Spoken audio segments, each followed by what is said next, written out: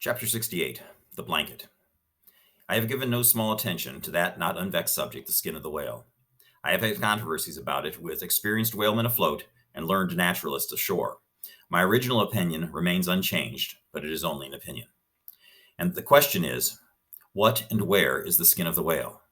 Already you know what his blubber is. That blubber is something of the consistence of firm, close-grained beef, but tougher, more elastic, and compact, and ranges from 8 to 10 to 12 and 15 inches in thickness. Now, however preposterous it may at first seem to talk of any creature's skin as being of that sort of consistence and thickness, yet in point of fact, these are no arguments against such a presumption, because you cannot raise any other dense enveloping layer from the whale's body but that same blubber. And the outermost enveloping layer of any animal, if reasonably dense, what can that be but the skin? True. From the unmarred dead body of the whale, you may scrape off with your hand an infinitely thin, transparent substance, somewhat resembling the thinnest shreds of isinglass, only it is almost as flexible and soft as satin, that is, previous to being dried, when it not only contracts and thickens, but becomes rather hard and brittle. I have several such dried bits which I use for marks in my whale books. It is transparent, and as I said before, and being laid upon the printed page, I have sometimes pleased myself with fancying it exerted a magnifying influence. At any rate, it is pleasant to read about whales through their own spectacles, as you may say. But what I am driving at here is this. That same infinitely thin isinglass substance, which I admit invests the entire body of the whale, is not so much to be regarded as the skin of the creature as the skin of the skin, so to speak. For it is simply ridiculous to say that the proper skin of the tremendous whale is thinner and more tender than the skin of a newborn child. But no more of this.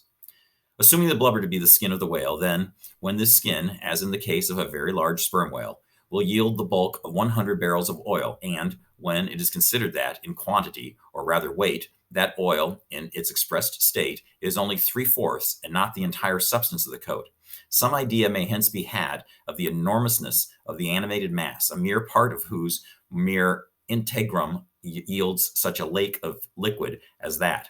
Reckoning 10 barrels to the ton, you have 10 tons for the net weight of only 3/4 of the stuff of the whale's skin.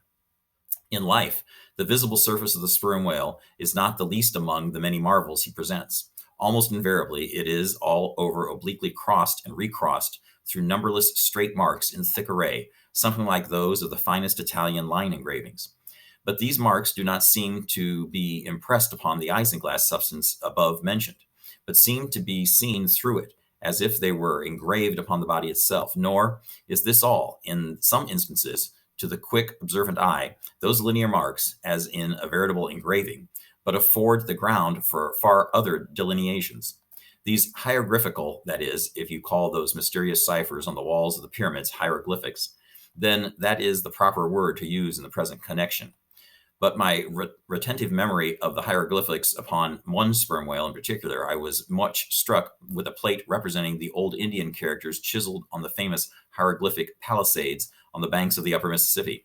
Like those mystic rocks, too, the mystic marked whale remains undecipherable.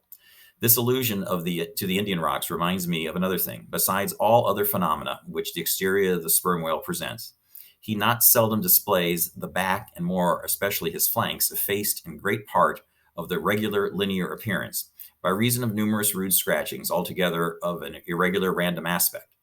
I should say that those New England rocks on the seacoast, which Agassiz imagines to bear the marks of violent scraping contact with the vast floating icebergs, I should say that those rocks must not a little resemble the sperm whale in this particular. It only seems to me that such scratches in the whale are probably made by hostile contact with other whales, for I have most remarked them in the large, full-grown bulls of the species.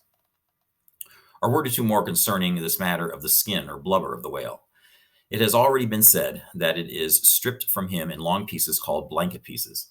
Like most sea terms, this one is very happy and significant, for the whale is indeed wrapped up in his blubber as in a real blanket or counterpane, or, still better, an Indian poncho slipped over his head and skirting his extremity.